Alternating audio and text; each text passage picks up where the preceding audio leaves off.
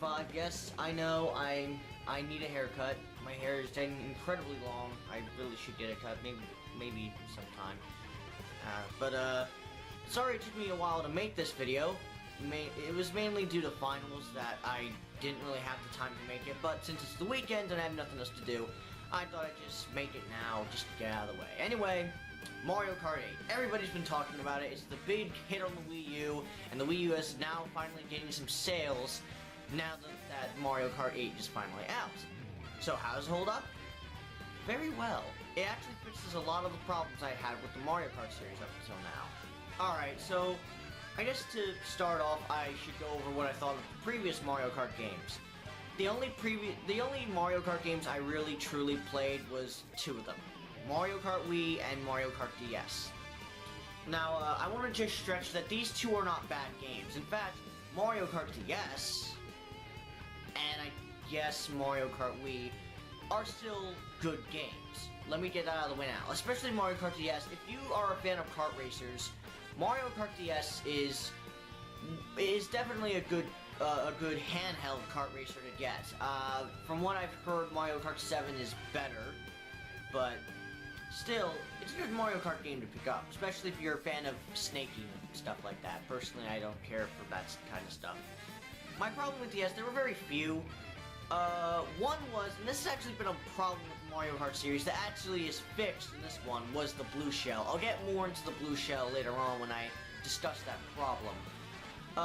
Another problem I had was that some of the tracks were kind of bland, and at the same time, there was one thing that I really didn't like, and that's the battle mode. The battle mode, pretty much in the battle mode, you know, you toss items at your opponent, try and knock out all their balloons.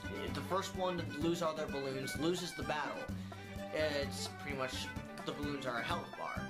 However, to actually get those balloons, you actually need a microphone, which is a peripheral that didn't come with the DS, so you need to actually spend like maybe an extra 10 or 11 bucks on it. And I really didn't like that. I have a 3DS, so I don't know if my built-in microphone works, because I tried it, it didn't work, so I'm guessing you still need the microphone peripheral, and I don't like that. That seems really dumb to me. Other than that, and there's a couple other problems, but there were really more nitpicks, to be honest. Not really a fault of the games. There was one other problem that I'll mention, and it isn't seen in this one. Pretty much one of the problems I had was that... Cut! Sorry about that, my camera died, so now I'm forced to hold this fucking thing. Okay, whatever. Anyway, back to what I was saying earlier. Let's say you did a cup in the 50cc. Those tracks were not unlocked in 100cc or the 150cc, and I thought that was kind of bullshit, because technically you unlock those, and now you have to unlock them another 2 times. 3 times if you count the mirror mode cups. And I just thought that was kind of stupid. I don't know if Mario Kart Wii did it. I didn't really play much of Mario Kart Wii, but Mario Kart 8 doesn't do it, so I'm glad it fixes that. And Mario Kart in general also was not very good with unlockable characters. There were some, mainly Wii. I'm not really talking about DS much. More Wii than anything. Some of the characters, it was ridiculous, the things you had to do to unlock them sometimes. I'm not saying like it's impossible or anything. No, far from it. I'm just saying it was just kind of annoying. And to be honest, I'm kind of against unlockable characters in general, especially in racing games and fighting games, if everyone plays differently. Like, I don't mind unlockable carts or unlockable kart parts or unlockable customizable shit or stages or levels or something like that. But when it comes to characters, it's just really kind of annoying. And I'm sorry for the shaky cam, I can't do anything about that. I don't have a stand for this thing. I really should plan on getting one. Anyway, Mario Kart Wii had this worse. Not only that, Mario Kart Wii also had a lot of really dumb, stupid problems that weren't even seen in DS, so I don't know why they were there in the first place. First off, the rubber banding AI was atrocious. Some of the worst rubber banding AI I've ever seen in a racing game. Like, seriously, I could just be going up to the finish line and then suddenly like 5 people pass me. They don't hit me with the green shell, they don't hit me with the red shell, they don't do anything. They just suddenly pass me because I guess it's magic. 1 second they were like way behind me, the next second they're like, they just passed me. They're using teleportation or something? The rubber banding AI was just awful. I heard it gets worse in the later CCs. I've only played the 100cc up to that, and that was just atrocious, so I can imagine mirror mode must be a nightmare. And at the same time, I really did not like the items in that. Like, I understand Mario Kart has to have items. That's what turns the tide of any race or battle. And I get that, okay? But the items in Mario Kart Wii, there were too many of them, and some of them were just outright broken. Speaking of broken stuff, the bikes. The bikes were incredibly broken. They had lower speed, but great handling, and at the same time, you could do this little thing called a little wheelie trick. And whenever you did that, you pretty much gained a free boost. And because of that, you could get infinite boosts. Sonic and Sega All-Stars Racing also did this, and that's why characters like Shadow and Alex Kidd are among some of the most broken characters in the game. Thankfully, Sonic and Sega All-Stars Racing fixed that. Racing transformed, I should say. Mario Kart 8 brings back the bikes, and at first I was skeptical. I was like, oh, is this gonna be like Mario Kart Wii? Thankfully, it's not, as the wheelie trick is pretty much gone. One of the things, Mario Kart 8 pretty much fixes all the problems I've had with the Mario Kart series. First off, there's still unlockable characters, but unlockable characters are easy to get in this one. All you have to do is just beat a Grand Prix on any difficulty. So you can use the 50cc to unlock the first 8, and then use the 100 or the 150cc to unlock the others. And that's awesome. Thankfully, thank you for doing that. It's easy to unlock the characters so we can get to our favorite characters. At the same time, cart parts are also pretty easy to unlock, and I'm not about to complain about that. You just have to collect a specific number of coins. You do have to collect a lot of coins, though, and coin collecting is, you can only collect 10 at a time. And to be honest, I understand, like, the coin system, you can only hold up to 10, and that makes it go a bit faster. Does it make you go a bit faster? I don't know what the coin system is about. I think it makes you go slightly faster if you get all 10 coins. But you can only hold those 10, and I kind of wish you could do some kind of mini game to increase the number of coins you get or something. Like something like Smash Brothers Coin Launcher or something, only instead of actually losing coins, you gain coins. It would have been nice if they made coin collecting a little better. But, you know, that's a minor complaint. You know, you can still collect coins, and, yeah. Coins, coins, coins. That's all that Mario is about, coins. Anyway, what's another thing that, they fixed? The items. The items, there's fewer than there were in probably any other Mario Kart game, besides maybe some of the earlier ones, but, they got rid of, like, the Mega Mushroom, you know, like the Super Mega Mushroom, the one with the, where it's, the one in New Super Mario Brothers, DS, and I believe 3DS. You know, they got rid of that. They got rid of a couple of other items, and they actually did replace them with a few new ones. And I'll talk about the new items, because there's 3 new items. Well, okay, 4 technically, but one's not really new. It's in Mario Kart 7, sort of. But, the item selection is balanced. The Starman doesn't last as long, which I never really felt that was a problem, but whatever, it's a change to make the game more balanced, and I ain't complaining. So, another thing is the blue shell. The blue shell pretty much homes in on first place, and after, like, when it gets to first place, it crashes down on the opponent with like a nuclear explosion and just completely decimates it. And anything that got caught in the explosion, that also gets hit. And anyone that gets hit while the blue shell is homing in on an enemy, they also get hit. It's the most broken item in Mario Kart ever, and it's really cheap, and I hated it. It appeared so often in Wii, like seriously, during a 100cc match, I got like 5 blue shells in one race, and I was lucky to even get first place in that. You know, thankfully, first off, it doesn't appear as often as it used to, and second off, they have this new item, the Mega Horn, which is pretty much, you use it to deflect items, and you can also hit opponents with the Shockwave as well, but it's not really too useful for hitting opponents. It's mainly there for if you're in first place, you can actually destroy the blue shell, and I've actually done that once or twice, and it's awesome. Thank you. Finally, the blue shell is no longer a humongous obstacle to get in your way. Like, it can still get in your way, but thankfully it's at least avoidable without a stupid glitch. And before anyone tells me that you can avoid it with a glitch, yeah, I know you can, and I don't care.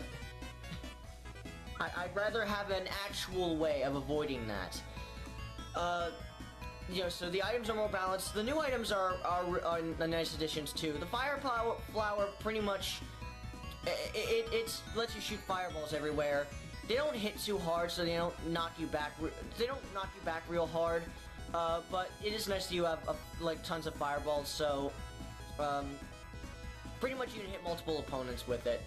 So it is a nice addition, and I do think it works well. The boomerang, it's really hard to hit targets, but it can hit multiple targets at once, and you can use it multiple times. Both those new items are not broken, or they're not annoying. Not like the coin, though. To be honest, there's another new item that's sort of not new at the same time. It's the coin. Pretty much whenever you get a coin, you can put 2 coins into your coin slot, and honestly, I don't like the coin as an item. I think it's a really stupid choice. Since you can get coins on the track, it's pretty easy to get 10 coins in a race since they're littered all throughout the track. And so that change was kind of annoying. But hey, I guess they needed a new item for the Crazy 8. So, in terms of control, everything works really, really well. The control is really good. One of the things I also had a problem with the Mario Kart Wii, like I used the GameCube controller, so up on the D-pad was the trick button, and I hated that. That just, why pick the up button? Why couldn't it be the drift button? Thankfully, Mario Kart 8 fixes that and actually has the trigger button, which is the drift button right here. It actually, now that is the trigger button, so the tricks are really easy to do. And everything else feels great. The control feels really tight. It feels really, really precise. It feels really tight and precise. It works incredibly well, and racing is incredibly fun. The game also, graphically, looks incredible. Like, look at Moo Moo Meadows, and yes, that is the name of a stage. It looks so amazing. It looks so much better than what Wii's did. And I thought Wii's looked great, don't get me wrong. But this one just looks so much better. Then again, it's an HD console, so it better look better. But seriously, the sunset in the background, it just looks so great. And you can definitely tell you can definitely tell they put a lot of attention into detail in that. And it runs at a smooth 60 frames per second the whole time, except for maybe multiplayer. But even then, it never loses a single frame. Even online mode works incredibly well. The online mode is really good. The only mode that really kind of sucks is battle mode. And battle mode in Wii wasn't the best either, because there were some problems I had with that. But, you know, it was still playable, it was still fun. Mario Kart 8's battle mode, they took the racetracks from the main game and then stuck them into the battle mode. So you're pretty much battling on a racetrack. And it does not mesh well. It's lazy and it does not mesh well. The battle mode is not only boring, but you're stuck trying to find your fucking opponent and try and hitting him. And sometimes you're just going back and forth over and over again. It's incredibly annoying to turn around on a racetrack. With battle mode, it's pretty easy to do because the battle arenas usually are wide open spaces. Like they're a big circle or a big square or something like that. With this, it's just a racetrack, so it's kind of hard to turn, especially when there's obstacles like trucks in the last stage of the first cup, the Shell Cup. Toad's Turnpike, I believe it's called. It's incredibly hard to turn in that because the trucks get in your way. You know, the stages just don't mesh well with the battle mode, and I feel it was a really lazily done job. But other than the battle mode, other than that, racing is really, really fun. It works incredibly well. And the last thing I'll bring up is, well, actually the last two things, is the character roster. at the music. I just looked at the music out of the way. The music is fantastic. I remember a lot of tracks from this, and I actually have downloaded a few of them. But the soundtrack is really, really good. Like they use orchestral music this time instead of digital music, and I think it works really, really well because it sounds really good. Some of my favorite tracks are Shy Guy Falls, Moo Moo Meadows, and Bowser's Castle especially. Bowser's Castle is my favorite track in the game. It mixes rock and jazz, and it just sounds so perfect for the level. That is just badass. It just sounds badass. So the soundtrack is awesome. Definitely listen to it when you get the chance because it is great stuff. At the same time, the character roster. The character roster is not terrible in this, but there are a few characters that really shouldn't be in this because they're kind of a waste of space. Baby Mario, Baby Luigi, and Baby Peach. Okay, you want to introduce baby characters, you had them in previous Mario Kart games, but did we really need a Baby Rosalina? Want to have a Metal Mario? What about a Pink Gold Peach? Hey, let's continue with Bronze Luigi and Purple Wario or something like that. Seriously, let's continue with those. Like, what's the point of those? You're just wasting character slots. The character roster is okay for the most part. They did bring in the Koopalings, which I don't give a shit about, but, you know, it is nice that they at least include other bosses from the Mario Kart series, I guess. But no Diddy Kong and Funky Kong from Mario Kart Wii. I thought Mario Kart Wii had a much better character roster, despite my problems with that game. Whatever. You know, the character roster, you know, it's kind of a letdown, but it's not a game changer or anything. Mario Kart Wii is a fantastic game. I'd recommend you pick it up. It is a fantastic Mario Kart game. My personal favorite Mario Kart game so far. Despite the battle mode being kind of sucky, it really is. It's polished. It's fun. Racing is incredibly fun. The online mode is great. And while the character roster is disappointing, the gameplay just more than makes up for it. And the soundtrack is great. It's just an amazing game, and I totally recommend you buy a Wii U just for Mario Kart 8. That and Smash Brothers is coming up, but mostly Mario Kart 8. Okay, not really. It's mostly Smash Brothers, but still, Mario Kart 8 is a fantastic game. Get it. I'm the Seaman235, signing out.